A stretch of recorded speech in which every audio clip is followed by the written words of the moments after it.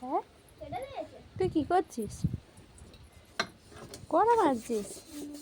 হ্যাঁ, তোকে কে কড়া মারতে বলেছে? হ্যাঁ, পড়াশোনা বাদ দিয়ে কড়া মারছিস, বাসন মারছিস? তাহলে ভালো হলো, আমার একটু কষ্টটা কমও হয়ে যাবে। বলো। হ্যাঁ, আমার কষ্ট কম হবে। কি সুন্দর কত বাসন পড়েছে, মেজে দিচ্ছিস। হ্যাঁ, আমার কষ্ট করতে হবে না, তাই না? মেয়ে বড় হয়ে গেছে, তাহলে একটা কাজ করি, পড়াশুনো বাদ দিয়ে স্কুলেও ভর্তি করবো না, পড়াশুনো বাদ দিয়ে প্রত্যেকদিন সকালবেলা উঠে আর করবি ঘর